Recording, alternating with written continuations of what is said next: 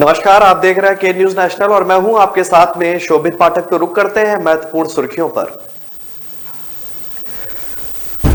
Balakot air strike के hero और Pakistan F-16 fighter jet गिराने वाले ग्रुप कैप्टन अभिनंदन वर्तमान सोमवार को सम्मानित हुए। पंजाब के सीएम चरणजीत चन्नी आज फिर दिल्ली जाएंगे। लुधियाना में उनकी पार्टी प्रधान नवजोत सिद्धू के साथ चुनावी रैली है। पंजाब के पठानकोट जिले में आर्मी कैंप में ग्रेनेड से हमला किया गया है। ग्रेनेड कैंप के त्रिवेणी गेट पर फेंका गया। राजधानी लखनऊ में किसानों की महापंचायत शुरू। किसान नेताओं ने लखीमपुर हिंसा का मुद्दा प्रमुखता से उठाया। चंडीगढ़ में नगर निगम चुनाव की घोषणा कर दी गई है। 27 नवंबर से नॉमिनेशन शुरू हो जाएगा। बालाकोट एयर स्ट्राइक के हीरो और पाकिस्तान का F-16 फाइटर जेट गिराने वाले ग्रुप कैप्टन अभिनंदन वर्तमान सोमवार को सम्मानित हुए। उन्हें राष्ट्रपति रामनाथ कोविंद ने वीर चक्र देकर सम्मानित किया। अभिनंदन ने के सम्मान के दौरान राष्ट्रपति भवन तालियों से गूंज उठा। अभिनंदन ने 2019 में पाकिस्तानी F-16 लड़ाकू विमान को हवाई युद्ध में मार गिराया था। उस समय वे वायुसेना में विंग कमांडर थे। पुलवामा हमले के बाद भारत ने पाकिस्तान के बालाकोट में आतंकी कैंपों में एयर स्ट्राइक की थी। इसमें कई आतंकी मारे गए और उनके कई ठिकाने तबाह कर दिए गए थे। इसके बाद पाकिस्तानी लड़ाकू विमानों ने भारतीय सीमा में घुसने की कोशिश की थी, जिसका भारत ने करारा जवाब दिया था। कश्मीर के पुलवामा में 14 फरवरी को सीआरपीएफ के काफिले पर आए दिन हमला हुआ था। इसमें 40 जवान शहीद हुए थे। हमले की जिम्मेदारी आतंकी मसूद अजहर के संगठन ने ली थी। इस हमले के बाद भारत ने 26 फरवरी को पाकिस्तान के बालाकोट में एयर स्ट्राइक की थी। इससे बौखलाए पाकिस्तान ने अगले दिन यानी 27 फरवरी को कुछ F-16 विमानों को कश्मीर में भारत के सैन्य ठिकानों पर हमले के लिए भेजा था। पाकिस्तान विमानों ने भारतीय एयर स्पेस में घुसपैठ करने पर हमले की कोशिश की, लेकिन भारतीय वायुसेना की मुस्तैदी से उसके नापाक मंसूबे ध्वस्त हो गए। भारत के MiG-21 और मिराज 2000 लड़ाकू विमानों ने उन्हें खदेड़ दिया। MiG-21 के पायलट अभिनंदन ने डॉग फाइट में पाक विमान को मार गिराया था। पंजाब के सीएम चरणजीत चन्नी आज फिर दिल्ली जाएंगे। लुधियाना में उनकी पार्टी प्रधान नवजोत सिद्धू के साथ चुनावी रैली है। इसके बाद वह दिल्ली रवाना होंगे।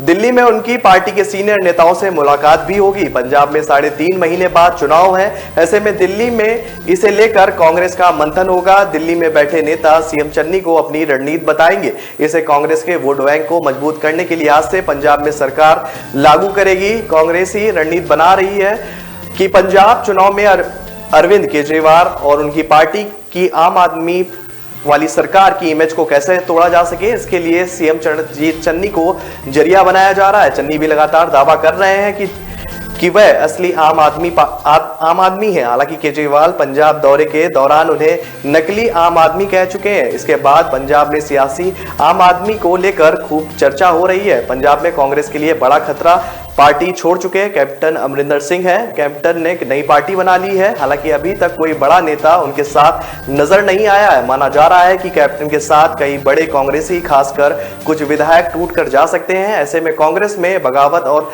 टूट संभालने के लिए भी रणनीति बनाई जा रही है।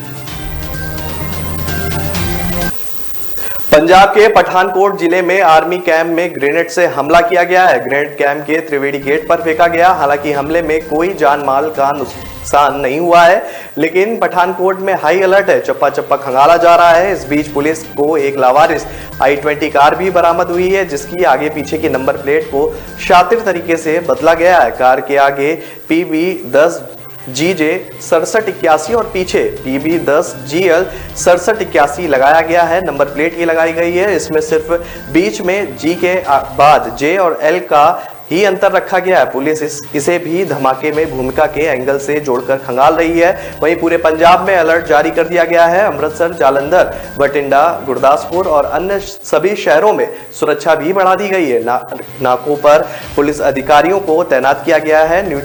न्यूज के मुताबिक आर्मी कैंप के गेट एक बारात निकल रही थी। उसी समय मोटरसाइकिल पर सवार होकर एक युवक गुजरा। इसी बाइक सवार पर ग्रेनेड फेंकने का अंदेशा भी लगाया जा रहा है।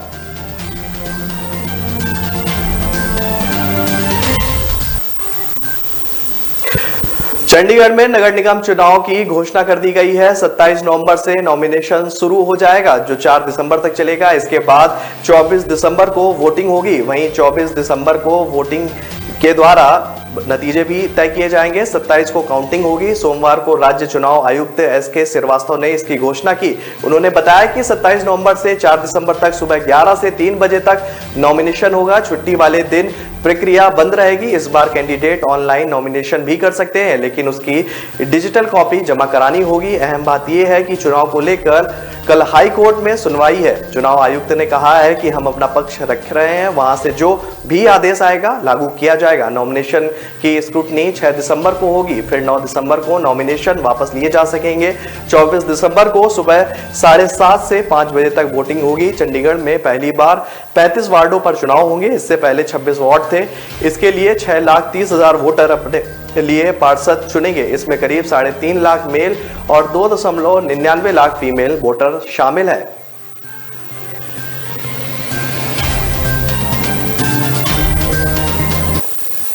कृषि बिल के वापसी के बाद भी उत्तर प्रदेश में सियासत जारी है। इसी क्रम में बसपा सुप्रीमो मायावती ने भारतीय जनता पार्टी को नसीहत दी है। मायावती ने बीजेपी के नेताओं के कथित भड़काऊ बयानों पर रोक लगाने की मांग भी की है। बसपा सुप्रीमो ने कहा है कि पीएम नरेंद्र मोदी द्वारा लगभग 1 वर्ष से आंदोलनरत किसानों की 3 कृषि कानूनों को रद्द करने की मांग स्वीकार किए जाने के साथ साथ उनकी कुछ अन्य जायज मांगों का सामयिक समाधान भी जरूरी है। पूर्व मुख्यमंत्री मायावती ने सोमवार को ट्वीट करते हुए लिखा कि कांग्रेस द्वारा पार्टी के गिरते जनाधार को रोकने व राजनीतिक स्वार्थ हेतु पंजाब में विधानसभा आम चुनाव से ठीक पहले दलित को सीएम बनना था। अब राजनाथ में कुछ SC/ST मंत्री बनाकर उनको भाजपा द्वारा केंद्रीय मंत्रिमंडल विस्तार की तरह इनके हितैषी होने का ढिंडोरा पीटना शुद्ध छलावा है। मायावती ने आगे लिखा कि खासकर कांग्रेस पार्टी ने इनके मसीहा व संविधान निर्माता बाबा डॉक्टर भीमराव अंबेडकर को आदर सम्मान देना व भारत रत्न से सम्मानित करना तो दूर, बल्कि हमेशा उनकी उपेक्षा व तिरस्कार किया है। तो फिर इन जैसी जातिवादी पार्टियों जो कि SC/OBC की सच्ची हितैषी कभी कैसे हो सकती हैं। बसपा सुप्रीमो ने आगे लिखा कि वैसे पूर्व में देश ने खासकर कांग्रेस पार्टी की श्रीमती इंदिरा गांधी की रही सरकार के अहंकार एवं तानाशाही वाले रवैये आदि को काफी झेला है, किंतु अब पूर्व की तरह वैसी स्थिति देश में दोबारा उत्पन्न नहीं हो, ऐसी देश को आशा है। तो रुक रहे हैं छोटे से ब्रेक के लिए। ब्रेक के बाद जल्द हाजिर होंगे। न ऐश का न द्वेष का, यह दंगल है देश का। सुलगती समस्याओं के झुलसते सवालों का होगा दंगल देश का। प्रशासन के प्रश्नों को लेकर होगा दंगल देश का। शिक्षा, स्वास्थ्य, समाज, कानून और व्यवस्था के आज क्या है हालात। सोमवार से शुक्रवार रोज रात 8 बजे जलपा क्षत्रिय के साथ दंगल देश का।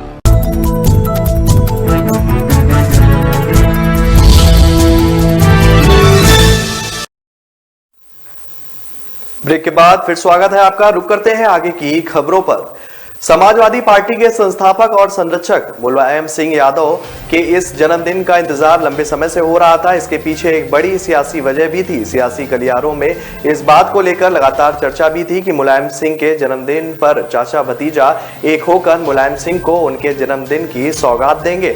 अखिलेश यादव और चाचा शिवपाल सिंह यादव भी अलग अलग मौकों पर इसके संकेत दे रहे थे। इन दोनों के बयान और संकेतों के आधार पर कहा जा सकता है कि यूपी के आगामी विधानसभा चुनाव को देखते मुलायम सिंह यादव के जन्मदिन पर अखिलेश यादव और उसके चाचा शिवपाल सिंह यादव के बीच दूरियां खत्म हो जाएंगी। कहा जा रहा है कि जन्मदिन के मौके पर शिवपाल की पार्टी का सपा में विलय या फिर गठबंधन को लेकर बात बन जाएगी, लेकिन आज की तस्वीरों ने इन सभी अटकलों को खारिज कर दिया। मुलायम सिंह यादव के जन्मदिन के मौके पर जहां अखिलेश यादव लखनऊ में पार्टी कार्यक्रम में केक काटेंगे, तो वहीं शिवपाल सिंह यादव आज सुबह सैफई के चंदगी राम स्टेडियम में दंगल का आयोजन करा रहे हैं। सपा दफ्तर में अखिलेश के साथ मुलायम सिंह भी मौजूद रहेंगे, जबकि शिवपाल सिंह यादव की पार्टी PSPL में भी हवन पूजा का आयोजन किया जा रहा है।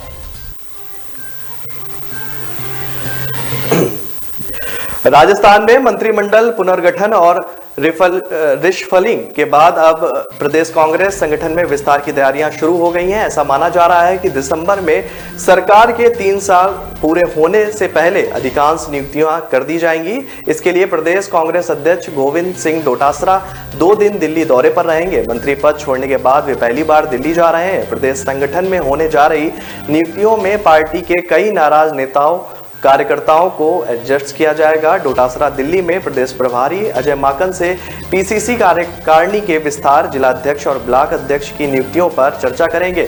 जिला और ब्लॉक अध्यक्ष के बाद उनकी कार्यकारिणी भी बनाई जाएगी।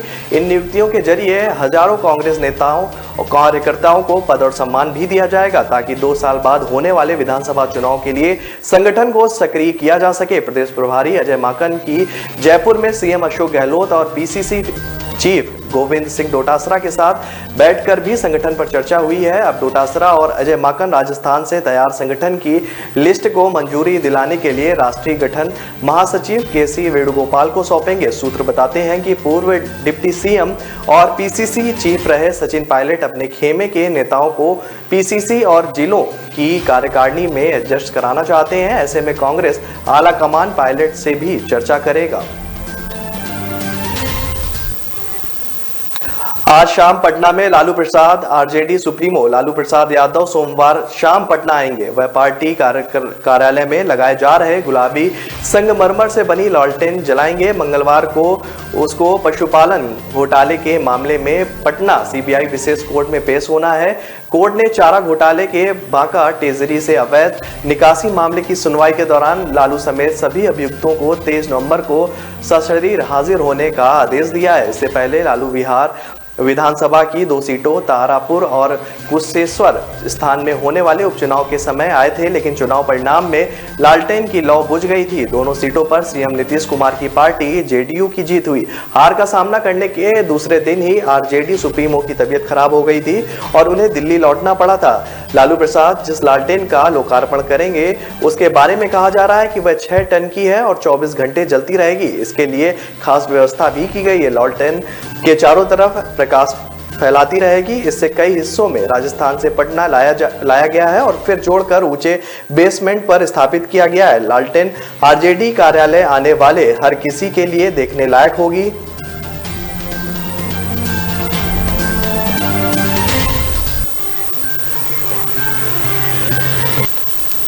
गोरखपुर पहुंचे जेपी नड्डा। भाजपा के राष्ट्रीय अध्यक्ष जेपी नड्डा के दौरे पर कई अटकलें भी तेज हो गई हैं। यहां चंपा देवी पार्क में चल रहे सम्मेलन में सीएम योगी ने कहा कि इस बार का चुनाव जिन्नावादी और राष्ट्रवादी के बीच होगा। यूपी का विधानसभा का चुनाव देश और दुनिया के लिए आकर्षण का केंद्र बिंदु बन रहा है और बनेगा भी, क्यों नहीं, क्योंकि कारण साफ है कि एक और भारत की आन बान और शान की रक्षा करने वाले पीएम मोदी और राष्ट्रीय अध्यक्ष जेपी नड्डा हैं, तो दूसरी ओर आतंक का समर्थन करने वाले खड़े दिखाई दे रहे हैं। दुनिया की जुबान पर आ गया है कि मोदी है तो मुमकिन है। उन्होंने कहा कि सदी की सबसे बड़ी त्रासदी कोरोना में न सपा को पता था न बसपा को भी अनुमान था। सभी अपने घरों में आइसोलेशन में थे। एकमात्र पार्टी बीजेपी उस समय सड़कों पर काम कर रही थी। मानवता के संकट के समय भारतीय जनता पार्टी के लिए देश सर्वोपरि रहा है। कुर्सी नहीं, देश बचाना जरूरी था। दवा, टेस्ट, ऑक्सीजन उपलब्ध कराने के लिए सिर्फ बीजेपी की उपस्थिति थी और कोई नहीं था। कुछ देर में जेपी नड्डा भी सम्मेलन को संबोधित करने वाले हैं। इससे पहले मुख्यमंत्री योगी आदित्यनाथ और प्रदेश अध्यक्ष स्वतंत्र देव सिंह ने एयरपोर्ट पर नड्डा का स्वागत भी किया। इसके बाद राष्ट्रीय अध्यक्ष गोरखनाथ मंदिर पहुंचे, जहां गुरु गोरखनाथ का दर्शन पूजन कर आशीर्वाद लिया। उन्होंने ब्रह्मकालीन महंत अवैधनाथ की समाधि पर मत्था टेका।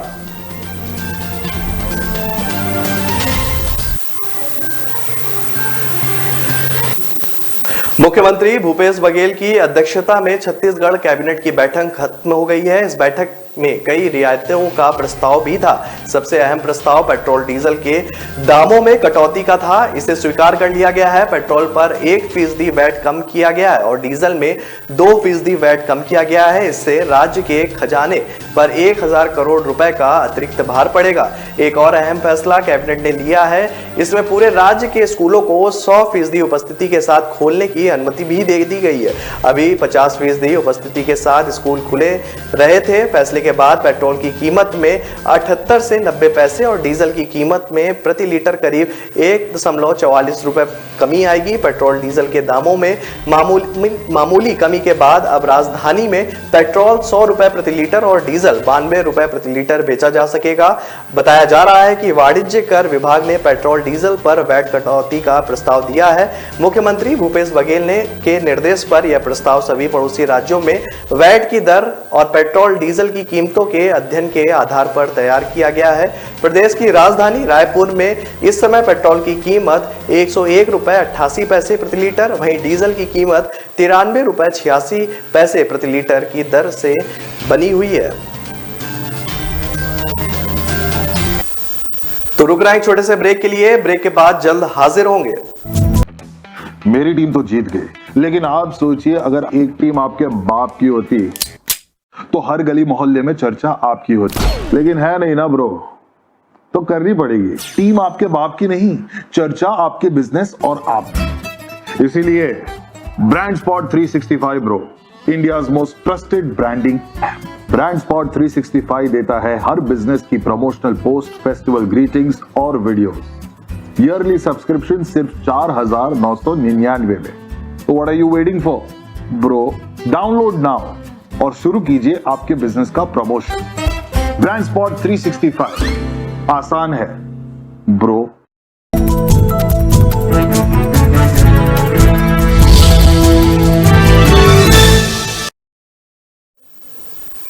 ब्रेक के बाद फिर स्वागत है आपका। रुक करते हैं आगे की खबरों पर।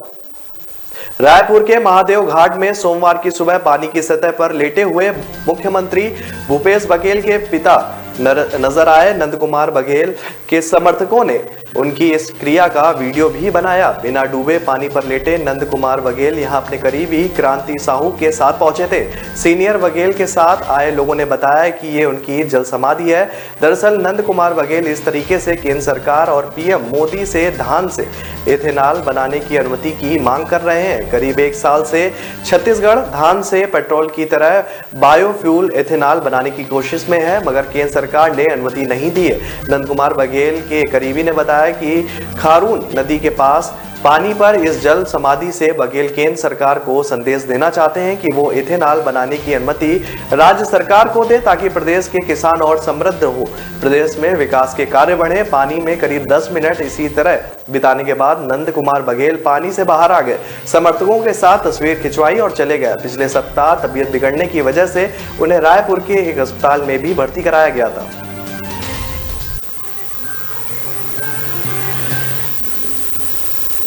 टीवी एक्ट्रेस की कोरोना से मौत। टीवी के पॉपुलर शो अनुपमा की एक्ट्रेस माधवी गोगटे का 58 साल की उम्र में कोरोना से निधन हो गया। माधवी कुछ दिनों पहले कोरोना पॉजिटिव हो गई थी। रिपोर्ट्स के मुताबिक माधवी को अस्पताल में भर्ती कराया गया था और वो इस इलाज से ठीक भी हो रही थी। अचानक उनकी तबीयत बिगड़ी और रविवार को दोपहर में उनका निधन हो गया। माधवी गोगटे शो लीडर किरदार अनुपमा यानी कि रूपाली गांगुली की मां का किरदार निभा रही थी।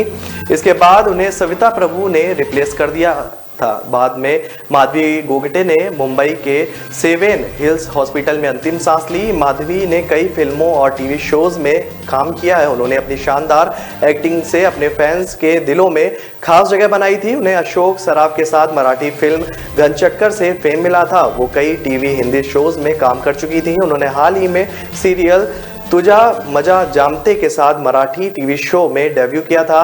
माधवी ने कोई अपना सा ऐसा कभी नहीं सोचा था कि कहीं तो होगा और अनुपमा जैसे कई टीवी सीरियल में बेहतरीन काम किया। एक्ट्रेस रकुलप्रीत सिंह कुछ महीने पहले अपने जन्मदिन पर एक सोशल मीडिया पोस्ट से एक्टर और प्रोड्यूसर जैकी भगनानी के साथ रिलेशनशिप में होने की बात का खुलासा किया था।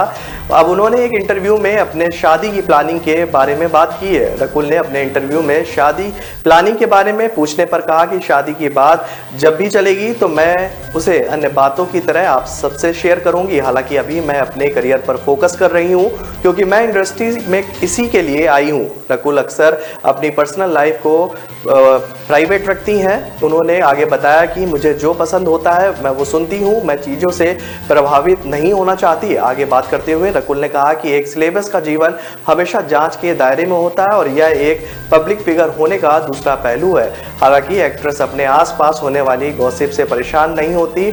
मैं कैमरे के सामने अपना काम करती हूं और कैमरे के बाहर मेरा पर्सनल लाइफ है और मैं उसे अपने हिसाब से जीना पसंद करती हूं। T20 वर्ल्ड कप में खराब प्रदर्शन के बाद ऑलराउंडर हार्दिक पांड्या को न्यूजीलैंड के खिलाफ घरेलू T20 सीरीज के लिए टीम में नहीं चुना गया था। अब उनके साउथ अफ्रीका दौरे के लिए चयन पर भी सवाल उठने लगे हैं। दरअसल हार्दिक पिछले काफी समय से अपनी फॉर्म और खराब फिटनेस को लेकर सवालों के घेरे में है। अब टीम में उनको जगह तभी ही मिलेगी जब वो फिटनेस टेस्ट पास कर लेंगे। रिपोर्ट के मुताबिक हार्दिक पर अब भी बीसीसीआई के कुछ अधिकारियों और हेड कोच राहुल द्रविड़ को भरोसा है, लेकिन साउथ अफ्रीका दौरे पर टीम में शामिल होने के लिए पांड्या को फिटनेस टेस्ट पास करना होगा। इनसाइड स्पोर्ट्स से बातचीत के दौरान बताया कि अगर हार्दिक को टीम में वापसी करनी है तो उन्हें नेशनल क्रिकेट एकेडमी एनसीए में फिटनेस टेस्ट पास करना होगा। अधिकारी ने कहा कि हार्दिक पांड्या का चोट से उबरना आराम पर निर्भर करता है, उन्हें जल्द से जल्द एनसीए पहुंचना चाहिए।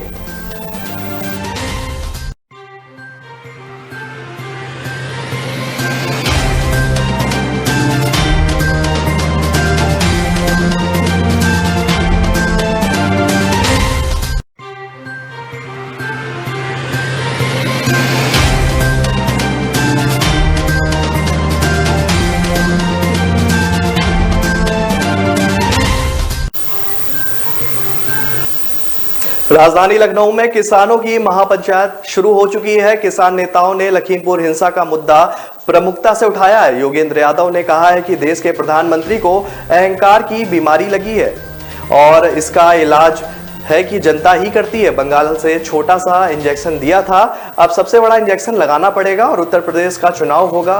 राकेश टिकैत ने कहा कि इस आंदोलन की यह खूबसूरती रही है कि इसने कभी किसी के झंडे से रोका नहीं है और सबके मुद्दे एक हैं। ऐसे में कोई किसी का झंडा उठा लेता है। सरकार को एहसास हुआ, लेकिन कटाक्ष के साथ बात रखी कि कुछ लोग जिनको हम समझाने में नाकाम रहे, तो क्या हम कुछ लोग हैं। पीएम कहते हैं कि एमएसपी पर हमने कमेटी बनाई, लेकिन झूठ बोलते हैं। 2011 में कमेटी बनी थी, उस समय नरेंद्र मोदी उस कमेटी के अध्यक्ष थे, तब रिपोर्ट दिया था कि एमएसपी बने। आज भी पीएमओ में वह रिपोर्ट है, अब अपने ही रिपोर्ट को पीएम मोदी लागू करें। 1967 में 3 क्विंटल गेहूं में 1 तोला सोना मिलता था, आज भी 3 क्विंटल गेहूं में 1 तोला सोना दे दे। यह 20 कानून लाएं, हम कुछ नहीं कहेंगे, हमारा संघर्ष जारी रहेगा। हमने संघर्ष विराम की कोई घोषणा नहीं की है, यह घोषणा उन्होंने की है। हम अपना आंदोलन जारी रखेंगे। मंडियों को बेचा जा रहा है, यह देश को बेचने का काम करेंगे। हिंदू मुस्लिम को लड़ाने का भी इन्हीं का काम है। तो फिलहाल इस बुलेटिन में मेरे साथ इतना ही। आगे की खबरों के लिए बने रहिए के न्यूज़ नेशनल के साथ। नमस्कार।